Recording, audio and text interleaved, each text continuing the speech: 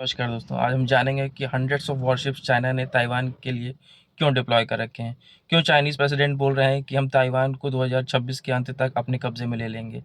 क्यों उन्होंने नए 2 डिस्ट्रॉयर्स ताइवान के लिए डिप्लॉय करके रखे हुए हैं। क्यों उनके ताइवान की मिनिस्ट्री बोल रही है कि ये हमारा हैरेसमेंट हो रहा है। क्यों ताइवान की जो अपोजिशन लीडर हैं वो 10 साल में पहली बार चाइना की यात्रा पे गए हुए हैं। क्यों ट्रंप को मजबूर होना पड़ा चाइना जाने के लिए, और क्यों ताइवान ने अपना एयर स्पेस रिजर्व करके रखा है मई 5 तक। ये सब जानेंगे कि क्यों कर रखा है इन्होंने। क्या ताइवान पर अटैक करने की कोशिश कर रहा है। वीडियो को अंत तक देखिएगा, ये वीडियो बहुत ही ज़्यादा इन्फॉर्मेटिव होने वाला है और इसका ग्लोबल मार्केट पे क्या इम्पैक्ट पड़ेगा ये भी हम इस वीडियो में जानेंगे। आइए इस पर डिटेल वीडियो चेकआउट करते हैं। पॉइंट नंबर 1, 100 से ज़्यादा वॉरशिप्स डिप्लॉय हो रखे हैं ताइवान के चारों तरफ। ताइवान कह रहा है कि अभी तो कोई मिलिट्री ड्रिल भी नहीं होनी है, क्योंकि अभी इन्होंने दिसंबर 2025 में ही अपनी ड्रिल समाप्त की है। तो कोई अगर ड्रिल प्रपोज नहीं है तो क्यों ताइवान को चारों तरफ से हंड्रेड्स ऑफ वॉरशिप से घेर के रखा गया है। दूसरी चीज़, चाइना के जो प्रेसिडेंट हैं वो भी कह चुके हैं कि हम 2026 के अंत तक ताइवान को अपने कब्जे में ले लेंगे। और इसी बीच खबर आती है कि ताइवान की जो अपोजिशन लीडर हैं वो चाइना आई हैं आफ्टर डिकेट्स। क्यों आई हैं भाई? क्या इस वक्त ताइवान में एक नया रिजीम चेंज करने की कवायद शुरू हो गई है, जैसे ईरान में करने की कोशिश की जा रही थी? जैसे चाइना में जिनपिंग कितने ही सालों से बैठे हुए हैं गद्दी पर। क्या ये अपोजिशन लीडर को ताइवान में अपने एक मोहरे के तौर पे बैठाना चाहते हैं हमेशा के लिए, या वॉर करना चाहते हैं? ये डबल डिप्लोमेसी जो चाइना कर रहा है, एक तरफ सारे वॉरशिप्स उसकी तरफ डिप्लॉय कर रखे हैं चारों तरफ से घेर के, दूसरी तरफ उनकी अपोजिशन लीडर के साथ बातचीत कर रहा है। दो तरफा प्रेशर बनाने का काम कर रहा है चाइना इस वक्त ताइवान पे। डबल माइंड गेम कर रहा है ताकि ताइवान टूट सके।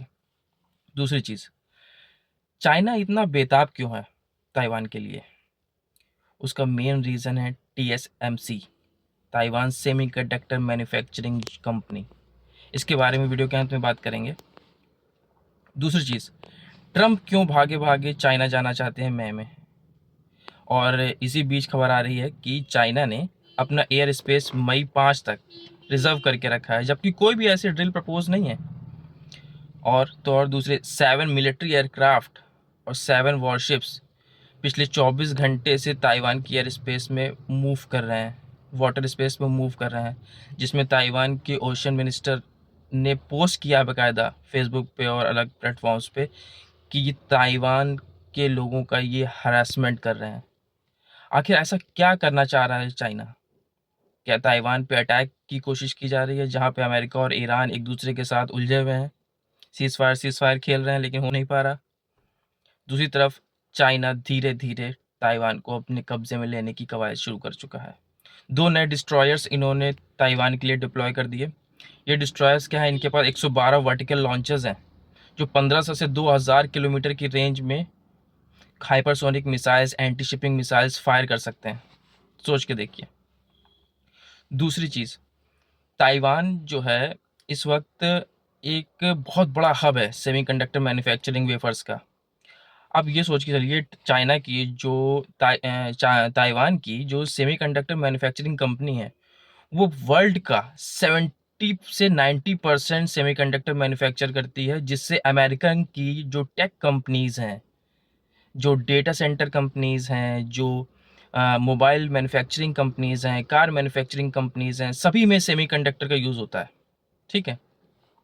अब इस सेमीकंडक्टर का यूज़ करके ही ये कंपनियां एनवीडिया हो गई आपकी, और आपके या एप्पल आईफोन्स हो गए, ये सब मैन्युफैक्चर करते हैं। अगर सोचिए, अगर ये सेमीकंडक्टर बनाने वाली कंपनी और उसका पूरा देश चाइना के अंडर में आ गया तो ये क्या बुरा हाल करेंगे पूरी ग्लोबल टेक कंपनीज़ का, और अमेरिका का क्या ही हाल होगा, क्योंकि इनके नैस्डैक और टेक कंपनीज़ ही जो वर्ल्ड में छाए हुए हैं, एनवीडिया से लेकर सब कोई। एनवीडिया सबसे ज़्यादा माल ये टीएसएमसी कंपनी से ही मंगाता है।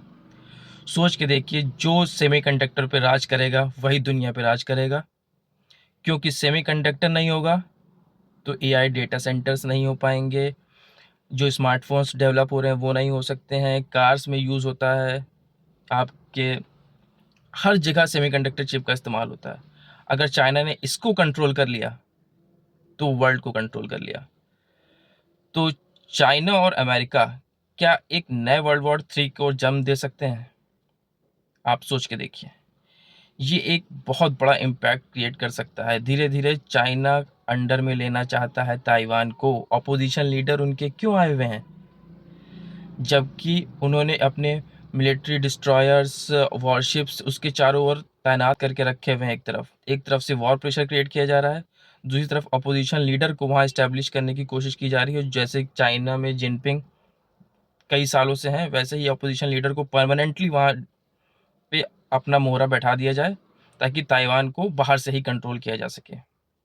तो आपको क्या लगता है कि चाइना उस पर अटैक करेगा या अपना मोहरा बैठाकर हमेशा के लिए ताइवान को अपने इशारों पर नचाएगा और वर्ल्ड को कंट्रोल करेगा 22 सेमीकंडक्टर? आपको ये वीडियो कैसा लगा मुझे बताइएगा। और उससे पहले एक ज़रूरी चीज़ कमेंट में बताइएगा। उससे पहले एक ज़रूरी चीज़, इसका ग्लोबल मार्केट पे क्या इम्पैक्ट पड़ेगा?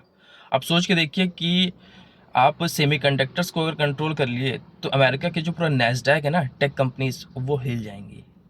अगला क्राइसिस ग्लोबल मार्केट में अमेरिका में आएगा। अमेरिका में तब शायद अपने इंडियन मार्केट कोप अप करेंगे। अभी अमेरिकन मार्केट अच्छा रिटर्न दे रहे हैं लोगों को, इंडियन मार्केट नहीं दे पा रहे हैं। लेकिन तब अमेरिकन मार्केट गिरता चला जाएगा। सोच के देखिएगा ग्लोबल मार्केट पे क्या इम्पैक्ट आएगा इसका। आपको वीडियो इन्फॉर्मेटिव लगा हो तो कमेंट में बताइए, सब्सक्राइब कीजिए, शेयर कीजिए, लाइक कीजिए। धन्यवाद। जय हिंद।